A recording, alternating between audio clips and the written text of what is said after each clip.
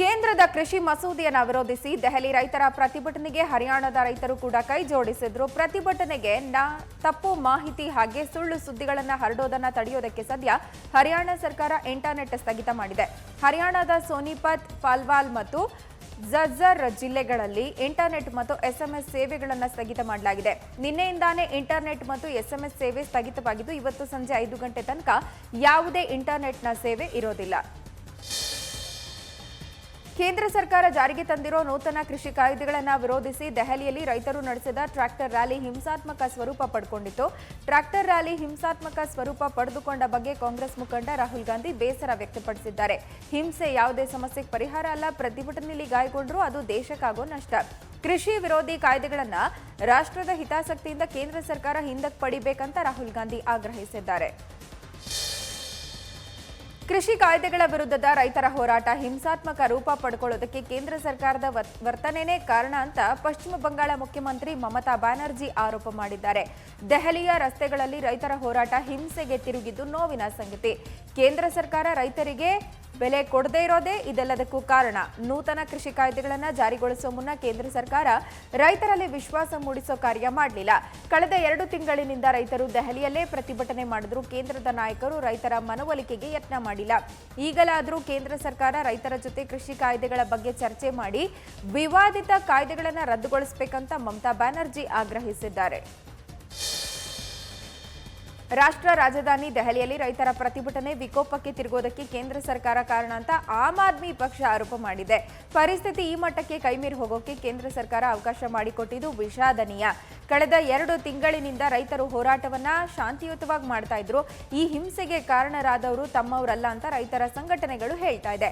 ಆದರೆ ಘಟನೆಯಿಂದಾಗಿ ಇಡೀ ರೈತ ಹೋರಾಟ ಚಳುವಳಿ ನಿಶಕ್ತವಾಗಿದೆ ಅಂತ ಆಪ್ ಅಭಿಪ್ರಾಯಪಟ್ಟಿದೆ. ದೆಹಲಿ ಗಡಿಯಲ್ಲಿ ರೈತರು ಹೋರಾಟ ಆರಂಭ ಮಾಡಿದಾಗಿನಿಂದ ಆಮ್ ಆದ್ಮಿ ಪಕ್ಷ ಬೆಂಬಲವನ್ನು ಕೊಡ್ತಾ ಬಂದಿದೆ. ಆದರೆ ನಿನ್ನೆ ನಡೆದ ಹಿಂಸಾಚಾರವನ್ನ ತೀವ್ರವಾಗಿ ಖಂಡಿಸ್ತಾ ಇರೋದಾಗಿ ಆಪ್ ಹೇಳಿದೆ. ದೆಹಲಿಯಲ್ಲಿ ರೈತರು ನಡೆಸಿದ ಟ್ರ್ಯಾಕ್ಟರ್ ರ್ಯಾಲಿಯ ಸಂದರ್ಭ ನಡೆದ ಹಿಂಸಾಚಾರವನ್ನ ರಾಷ್ಟ್ರೀಯ ಸ್ವಯಂ ಸೇವಕ ಸಂಘ ಖಂಡಿಸಿದೆ. ಕೆಂಪುಕೋಟೆಯಲ್ಲಿ ನಡೆದ ಕೃತ್ಯ ಭಾರತದ ಸ್ವಾತಂತ್ರ್ಯಕ್ಕಾಗಿ ಪ್ರಾಣ ತ್ಯಾಗ ಮಾಡಿದವರಿಗೆ ಮಾಡಿದ ಅವಮಾನ ಅಂತ ಆಕ್ರೋಶ ವ್ಯಕ್ತಪಡಿಸಿದೆ. ರೈತ ಸಂಘಟನೆಗಳು ಶಾಂತಿಗೆ ಆದ್ಯತೆ ಕೊಡಬೇಕು. ಗಣರಾಜ್ಯೋತ್ಸವದಂದು ದೆಹಲಿಯಲ್ಲಿ ನಡೆದ ಹಿಂಸಾಚಾರ ಅತ್ಯಂತ ನೋವಿನಿಂದ ಕೂಡಿದೆ ಅಂತ ಆರ್ಎಸ್ಎಸ್ ಪ್ರಧಾನ ಕಾರ್ಯದರ್ಶಿ ಸುರೇಶ್ ಭಯಾಜಿ ಅಭಿಪ್ರಾಯ ವ್ಯಕ್ತಪಡಿಸಿದ್ದಾರೆ. ಕೆಂಪುಕೋಟೆಯಲ್ಲಿ ರಾಷ್ಟ್ರಧ್ವಜ ಹೊರತುಪಡಿಸಿ ಬೇರೆ ಧ್ವಜ ಹಾರಿಸೋದು ಖಂಡನೀಯ. ಸ್ವತಂತ್ರ ಮತ್ತು ರಾಷ್ಟ್ರೀಯ ಸಮಗ್ರತೆಗಾಗಿ ಪ್ರಾಣ ತ್ಯಾಗ ಮಾಡಿದ ಹುತಾತ್ಮರಿಗೆ ಮಾಡಿದ ಅವಮಾನ ಅಂತ ಆರ್ಎಸ್ಎಸ್ ಹೇಳಿದೆ. ಕೇಂದ್ರ ಸರ್ಕಾರ ತಾನು ಜಾರಿಗೆ ತಂದಿರುವ ಕೃಷಿ ಕಾಯ್ದೆಗಳನ್ನು ಹಿಂಪಡೆಯೋದು ಪ್ರತಿಷ್ಠೆಯನ್ನಾಗಿ ಪರಿಗಣಿಸಬಾರದು ಅಂತ ಕಾಂಗ್ರೆಸ್ನ ಹಿರಿಯ ನಾಯಕ ಮಲ್ಲಿಕಾರ್ಜುನ ಖರ್ಗೆ ಸಲಹೆ ಕೊಟ್ಟಿದ್ದಾರೆ. ಈ ಬಗ್ಗೆ ಟ್ವೀಟ್ ಮಾಡಿರೋ ಖರ್ಗೆ ಕೃಷಿ ಕಾಯ್ದೆಗಳನ್ನು ಕೇಂದ್ರ ಸರ್ಕಾರ ರದ್ದುಗೊಳಿಸಬೇಕು, ಸದರಿ ವಿಷಯವನ್ನ ಸ್ಥಾಯಿ ಸಮಿತಿಗೆ ರವಾನೆ ಮಾಡಬೇಕಂತ ಹೇಳಿದ್ದಾರೆ.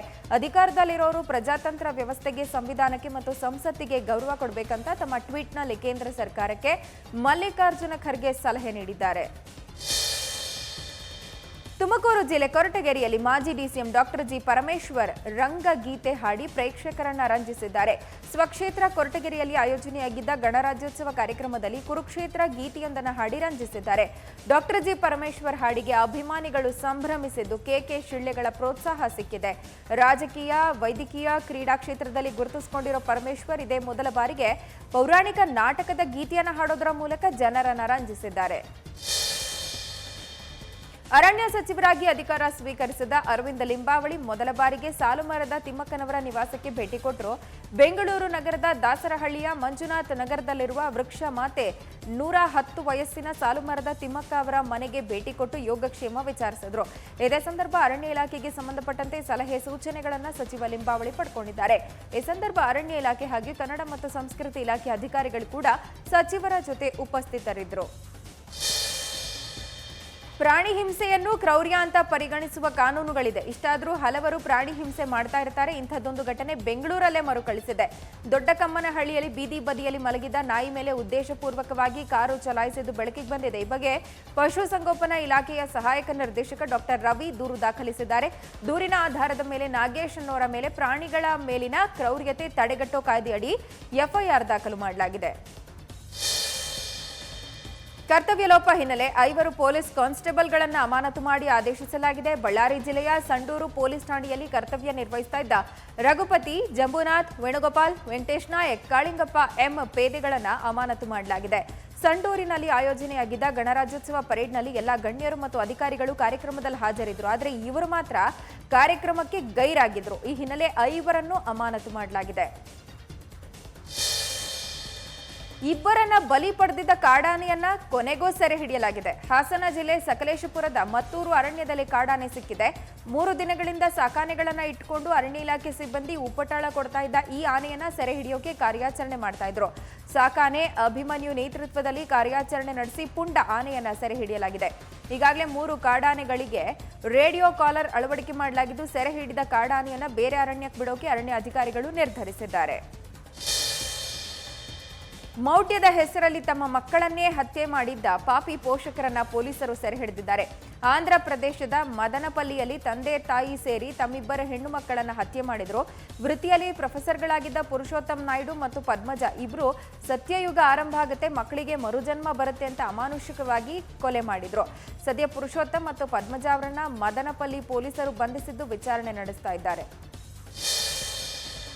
ವೀಸಾ ಅವಧಿ ಅಂತ್ಯವಾದ ಬಳಿಕವೂ ಭಾರತದಲ್ಲಿ ಅನಧಿಕೃತವಾಗಿ ವಾಸ್ತವ್ಯ ಹೂಡಿದ ವ್ಯಕ್ತಿಯನ್ನ ಸಂಪಿಗೆಹಳ್ಳಿ ಪೊಲೀಸರು ಬಂಧಿಸಿದ್ದಾರೆ. ಬಂಧಿತ ಸೌದಿ ಅರೇಬಿಯನ್ ಪ್ರಜೆ ಅಂತ ಮಾಹಿತಿ ಲಭ್ಯವಾಗಿದೆ. ಒಸಾಮಾ ಮೊಹಮ್ಮದ್ ದೀಬ್ ಎಂಬಾತ ಶಿಕ್ಷಣ ಮತ್ತು ವ್ಯಾಪಾರಕ್ಕಾಗಿ 2 ಪ್ರತ್ಯೇಕ ವೀಸಾ ಹೊಂದಿದ್ದ.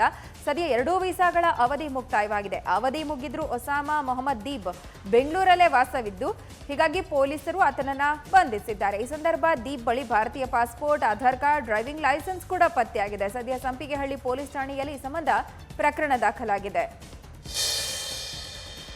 ಶಿವಮೊಗ್ಗದಲ್ಲಿ ಜೆಲೆಟಿನ್ ಸ್ಫೋಟವಾಗಿ 6 ಮಂದಿ ಮೃತಪಟ್ಟ ಪ್ರಕರಣದ ನಂತರ ಅಧಿಕಾರಿಗಳು ಎಲ್ಲೆಡೆ ಎಚ್ಚೆತ್ತುಕೊಂಡಿದ್ದಾರೆ. ರಾಜ್ಯದ ಬೇರೆ ಬೇರೆ ಕಡೆ ಕಲ್ಲು ಕ್ವಾರಿ ಮೇಲೆ ದಾಳಿಯನ್ನ ಮುಂದುವರೆಸಿದ್ದು, ಹಾಸನದ ಗೊರೂರಿನ ಕಲ್ಲು ಕ್ವಾರಿ ಮೇಲೆ ದಾಳಿ ಮಾಡಲಾಗಿದೆ. ಮಂಜೇಗೌಡ ಅನ್ನೋರ್ಗೆ ಸೇರಿದ ಕ್ವಾರಿ ಮೇಲೆ ದಾಳಿ ಮಾಡಲಾಗಿದ್ದು, 1250 gelatin, 2 detonator, zinc wire, ammonium ಸೇರಿದಂತಹ ಇತರ ಸ್ಫೋಟಕ ವಸ್ತುಗಳನ್ನ ಈ ಸಂದರ್ಭ ವಶಕ್ಕೆ ಪಡೆಯಲಾಗಿದೆ. ಹಾಡಹಗಲೇ ಗೃಹಿಣಿಯ ಮಾಂಗಲ್ಯ ಸರ ಕಿತ್ತು ಪರಾರಿಯಾಗಿರೋ ಘಟನೆ ಮೈಸೂರು ನಗರದ ಲಕ್ಷ್ಮೀಪುರಂನಲ್ಲಿ ನಡೆದಿದೆ. ಬೈಕ್ನಲ್ಲಿ ಬಂದಿದ್ದ 2 ದುಷ್ಕರ್ಮಿಗಳು ಚಿನ್ನದ ಸರ ಕಿತ್ತು ಎಸ್ಕೇಪ್ ಆಗಿದ್ದಾರೆ.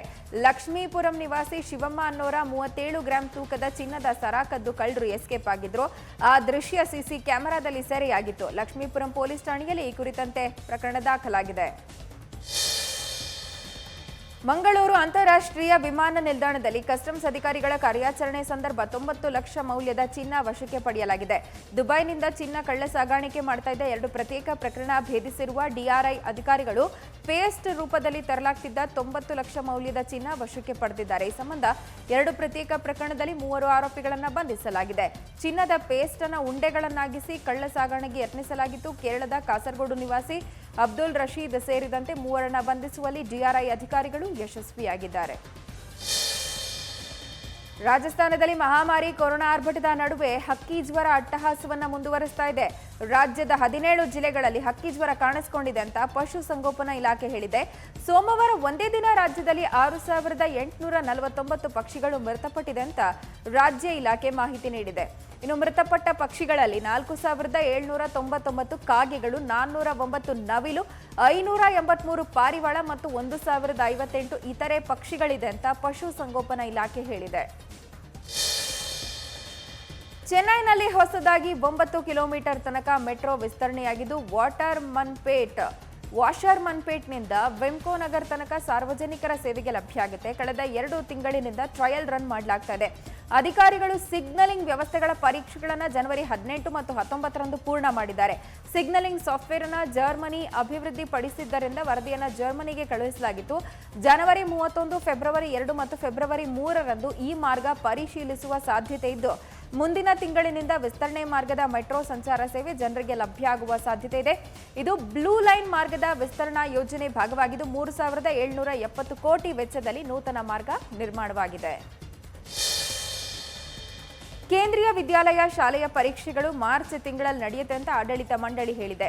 ಅಧಿಸೂಚನೆ ಪ್ರಕಾರ ಕೇಂದ್ರೀಯ ವಿದ್ಯಾಲಯ ಶಾಲೆಯಲ್ಲಿ 3 ರಿಂದ 11ನೇ ತರಗತಿಗಳ ವಿದ್ಯಾರ್ಥಿಗಳಿಗೆ ಮಾರ್ಚ್ 1 ರಿಂದ 20ರ ತನಕ ಪರೀಕ್ಷೆಗಳು ಜರುಗುತ್ತೆ. ಪರೀಕ್ಷೆಗಳು ಆನ್ಲೈನ್, ಆಫ್ಲೈನ್ ಎರಡೂ ವಿಧದಲ್ಲಿ ನಡೆಯುತ್ತೆ. ಆನ್ಲೈನ್ ಪರೀಕ್ಷೆಗಳಿಗೆ ಹೆಚ್ಚು ಆದ್ಯತೆ ಇದ್ದು ಆನ್ಲೈನ್ ಪರೀಕ್ಷೆಗಳನ್ನು ಎದುರಿಸೋಕೆ ಸಾಧನಗಳಿಲ್ಲದ ವಿದ್ಯಾರ್ಥಿಗಳು ಮತ್ತು ಸಂಪರ್ಕ ಸಂಬಂಧ ಸಮಸ್ಯೆಗಳಿರುವ ವಿದ್ಯಾರ್ಥಿಗಳು ಮಾತ್ರ ಆಫ್ಲೈನ್ ಪರೀಕ್ಷೆಗಳಿಗೆ ಒಳಗಾಗಬೇಕಾಗುತ್ತೆ, ಪರೀಕ್ಷೆಗಳನ್ನು ನಡೆಸಲಾಗುತ್ತೆ ಅಂತ ಶಾಲಾ ಆಡಳಿತ ಮಂಡಳಿ ಹೇಳಿದೆ. ಹರಿಯಾಣ ಸರ್ಕಾರ 24 ಗಂಟೆಗಳ ಕಾಲ ವಿದ್ಯುತ್ ಸರಬರಾಜು ಮಾಡೋ ಯೋಜನೆಯಡಿ ಇನ್ನು 223 ಗ್ರಾಮಗಳನ್ನು ಸೇರಿಸಿದೆ. ಈ ಬಗ್ಗೆ ಮಾಹಿತಿ ಕೊಟ್ಟಿರೋ ರಾಜ್ಯದ ಮುಖ್ಯಮಂತ್ರಿ ಖಟ್ಟರ್, ಪ್ರಸ್ತುತ ಸುಮಾರು 1500 ಹಳ್ಳಿಗಳಿಗೆ ಪ್ರತಿದಿನ 16 ರಿಂದ 21 ಗಂಟೆಗಳ ವಿದ್ಯುತ್ ಸರಬರಾಜು ಮಾಡಲಾಗುತ್ತೆ. ಆದ್ದರಿಂದ ಈ ಗ್ರಾಮದ ವಿದ್ಯಾರ್ಥಿಗಳು ಮತ್ತು ಜನರಿಗೆ ಸಾಕಷ್ಟು ತೊಂದರೆ ಆಗುತ್ತೆ. ಹೀಗಾಗಿ ಗ್ರಾಮಗಳಲ್ಲಿ 24 ಗಂಟೆಗಳ ವಿದ್ಯುತ್ ಸರಬರಾಜು ಮಾಡೋಕೆ ಸರ್ಕಾರ ಮುಂದಾಗಿದೆ ಅಂತ ತಿಳಿಸಿದ್ದಾರೆ. ಮಹಾರಾಗಾಂವ್ ಜಗಮಗಾಂವ್ ಯೋಜನೆಯಡಿ ಇನ್ನು 223 ಗ್ರಾಮಗಳನ್ನು ಸೇರಿಕೊಳ್ಳಲಾಗುತ್ತೆ ಅಂತ ಹರಿಯಾಣ ಮುಖ್ಯಮಂತ್ರಿ ಮನೋಹರ್ ಲಾಲ್ ಖಟ್ಟರ್ ಹೇಳಿದ್ದಾರೆ. 223 ಗ್ರಾಮಗಳೊಂದಿಗೆ ಯೋಜನೆಯಡಿ ಒಟ್ಟು ಗ್ರಾಮಗಳ ಸಂಖ್ಯೆ 5223ಕ್ಕೆ ಏರಿಕೆಯಾಗಿದೆ. ಕೊರೋನಾ ಮಟ್ಟ ಹಾಕೋದಕ್ಕೆ ರಷ್ಯಾ ತಯಾರು ಮಾಡಿರುವ ಸ್ಪುಟ್ನಿಕ್ ವಿ ಲಸಿಕೆಗೆ ಇರಾನ್ ಅನುಮೋದನೆ ನೀಡಿದೆ. ಈ ಬಗ್ಗೆ ಹೇಳಿಕೆ ಕೊಟ್ಟಿರೋ ಇರಾನ್ನ ವಿದೇಶಾಂಗ ಸಚಿವ ಮೊಹಮ್ಮದ್ ಜವಾದ್ ಝಾರಿಫ್, ದೇಶದಲ್ಲಿ ರಷ್ಯಾ ತಯಾರು ಮಾಡಿದ ಕೊರೋನಾ ಲಸಿಕೆ ಬಳಸಬಹುದು ಅಂತ ಹೇಳಿದ್ದಾರೆ. ಈ ಮೂಲಕ ಜಾಗತಿಕ ರಾಜಕೀಯದಲ್ಲಿ ಪ್ರಭಾವ ಬೀರೋಕೆ ಬಯಸಿರುವ ರಷ್ಯಾಗೆ ದೊಡ್ಡ ಮಟ್ಟದ ಗೆಲುವಾಗಿದೆ. ರಷ್ಯಾ, ಭಾರತ ಅಥವಾ ಚೀನಾ ತಯಾರು ಮಾಡಿರೋ ಲಸಿಕೆಗಳನ್ನು ಮಾತ್ರ ತಮ್ಮ ದೇಶ ಪಡ್ಕೊಳ್ಳುತ್ತೆ ಅಂತ ಇರಾನ್ ಹೇಳಿದೆ. ರಷ್ಯಾದ ವಿದೇಶಾಂಗ ಸಚಿವ ಸರ್ಗಿ ಲವ್ರೋವ್ ಜೊತೆ ಮಾತುಕತೆ ನಡೆಸಿದ ಬಳಿಕ ಝಾರಿಫ್ ಅವರು ಈ ಘೋಷಣೆ ಮಾಡಿದ್ದಾರೆ. ಮಹಾಮಾರಿ ಕೊರೋನಾ ಆರ್ಭಟ ಮಟ್ಟ ಹಾಕುವಲ್ಲಿ ಇಟಲಿ ದೇಶ ವಿಫಲವಾದ ಕಾರಣ ಪ್ರಧಾನಿ ಗಿಸೆಪ್ಪೆ ಕಾಂಟೆ ರಾಜೀನಾಮೆ ಕೊಟ್ಟಿದ್ದಾರೆ. ಕೊರೋನಾ ಸೋಂಕಿನ ಅಟ್ಟಹಾಸದಿಂದ ಇಟಲಿ ದೇಶ ತತ್ತರಿಸಿದೆ. ಕೋವಿಡ್ನಿಂದ ಈ ತನಕ 85,000ಕ್ಕೂ ಹೆಚ್ಚು ಮಂದಿ ಸಾವಿಗೀಡಾಗಿದ್ದಾರೆ. ಆದ್ದರಿಂದ ವೈರಸ್ ಅನ್ನು ಮಟ್ಟ ಹಾಕುವಲ್ಲಿ ವಿಫಲವಾದ ಕಾರಣ ಪ್ರಧಾನಿ ರಾಜೀನಾಮೆ ಕೊಟ್ಟಿದ್ದಾರೆ. ಇಟಲಿಯಲ್ಲಿ ಪ್ರಧಾನಿ ರಾಜೀನಾಮೆ ಕೊಟ್ಟ ನಂತರ ಅಧ್ಯಕ್ಷರು ಹೊಸ ಸರ್ಕಾರ ರಚನೆಗೆ ಆದೇಶ ಕೊಡುತ್ತಾರೆ. ಆದರೆ ಅದು ವಿಫಲವಾದಲ್ಲಿ ಮತ್ತೊಬ್ಬರಿಗೆ ಅವಕಾಶ ನೀಡಲಾಗುತ್ತೆ. ಅದು ವಿಫಲವಾದರೆ ಹೊಸದಾಗಿ ದೇಶದಲ್ಲಿ ಚುನಾವಣೆ ನಡೆಯುತ್ತೆ. ಕೊರೋನಾ ಸೋಂಕಿಗೆ ಮದ್ದು ಸಿಕ್ಕಿದ್ರೂ ಎಲ್ಲಾ ದೇಶಗಳಿಗಿನ್ನೂ ಲಭ್ಯ ಆಗಿಲ್ಲ. ನ್ಯೂಜಿಲೆಂಡ್ ಈ ವರ್ಷವೂ ತನ್ನ ದೇಶದ ಗಡಿಗಳನ್ನು ಬಂದ್ ಮಾಡೋಕೆ ನಿರ್ಧಾರ ಮಾಡಿದೆ. ಈ ಬಗ್ಗೆ ಮಾಹಿತಿ ಕೊಟ್ಟಿರುವ ನ್ಯೂಜಿಲೆಂಡ್ ಪ್ರಧಾನಿ ಜೆಸಿಂಡಾ ಆರ್ಡನ್, ಈಗಾಗಲೇ ದೇಶದ ಬಾರ್ಡರ್ಗಳನ್ನು ಎಲ್ಲರಿಗೂ ಬಂದ್ ಮಾಡಲಾಗಿದೆ. ಬೇರೆ ಬೇರೆ ದೇಶಗಳಿಂದ ತಮ್ಮ ತಾಯ್ನಾಡಿಗೆ ಮರಳುವ ನ್ಯೂಜಿಲೆಂಡ್ ಪ್ರಜೆಗಳಿಗೆ ಹೊರತುಪಡಿಸಿ ಬೇರೆಯವರಿಗೆ ದೇಶದೊಳಗೆ ಪ್ರವೇಶ ಮಾಡೋಕೆ ಅವಕಾಶ ಇಲ್ಲ. 2 ತಿಂಗಳ ಬಳಿಕ ಕಳೆದಂತ ವಾರದಲ್ಲಿ ನ್ಯೂಜಿಲೆಂಡ್ನಲ್ಲಿ ಸಮುದಾಯದಲ್ಲಿ ಕೊರೋನಾ ಸೋಂಕು ಹರಡ್ತಾ ಇರೋದು ದೃಢಪಟ್ಟಿತ್ತು. ಹೀಗಾಗಿ ನ್ಯೂಜಿಲೆಂಡ್ ಈ ಕಠಿಣ ಕ್ರಮವನ್ನ ಮುಂದುವರಿಸ್ತಾ ಇದೆ. ಬಾಲಿವುಡ್ ನಟ ಜಾನ್ ಅಬ್ರಹಂ ನಟನೆಯ ಬಹುನಿರೀಕ್ಷಿತ ಚಿತ್ರ ಸತ್ಯಮೇವ ಜಯತೆ ಪಾರ್ಟ್ 2 ಬಿಡುಗಡೆಗೆ ಡೇಟ್ ಫಿಕ್ಸ್ ಆಗಿದೆ. ನಿನ್ನೆ ಗಣರಾಜ್ಯೋತ್ಸವ ದಿನದ ಹಿನ್ನೆಲೆ ಟ್ವಿಟರ್ನಲ್ಲಿ ಸತ್ಯಮೇವ ಜಯತೆ ಪಾರ್ಟ್ 2 ಚಿತ್ರದ ಫೋಟೋ ಹಂಚಿಕೊಂಡಿರುವ ನಟ ಜಾನ್ ಅಬ್ರಹಂ, ಚಿತ್ರ ಮೇ 14ರಂದು ಬಿಡುಗಡೆ ಆಗುತ್ತೆ ಅಂತ ಹೇಳಿದ್ದಾರೆ. ಅಲ್ಲದೆ ತನ್ ಮನ್ ಧನ್ ಸೆ ಬಡ್ಕರ್ ಜನ್ ಗಣ್ ಮನ್ ಅಂತ ಟ್ಯಾಗ್ಲೈನ್ ಹಾಕಿದ್ದಾರೆ. ಈದ್ ಹಬ್ಬದ ಅಂಗವಾಗಿ ಮೇ 14ರಂದು ಚಿತ್ರ ಬಿಡುಗಡೆಯಾಗುತ್ತೆ. ನಿರ್ದೇಶಕ ಮಿಲಾಬ್ ಜಾವೇರಿ ನಿರ್ದೇಶನದ ಸತ್ಯಮೇವ ಜಯತೆ ಪಾರ್ಟ್ 2 ಸಿನಿಮಾ 2018ರಲ್ಲಿ ಬಿಡುಗಡೆಯಾದ ಸತ್ಯಮೇವ ಜಯತೆ ಚಿತ್ರದ ಸೀಕ್ವೆಲ್. ಈ ಚಿತ್ರದಲ್ಲಿ ಜಾನ್ ಅಬ್ರಹಂಗೆ ಜೊತೆಯಾಗಿ ದಿವ್ಯಾ ಖೋಸ್ಲಾ, ಕುಮಾರ್ ಅಭಿನಯಿಸಿದ್ದಾರೆ.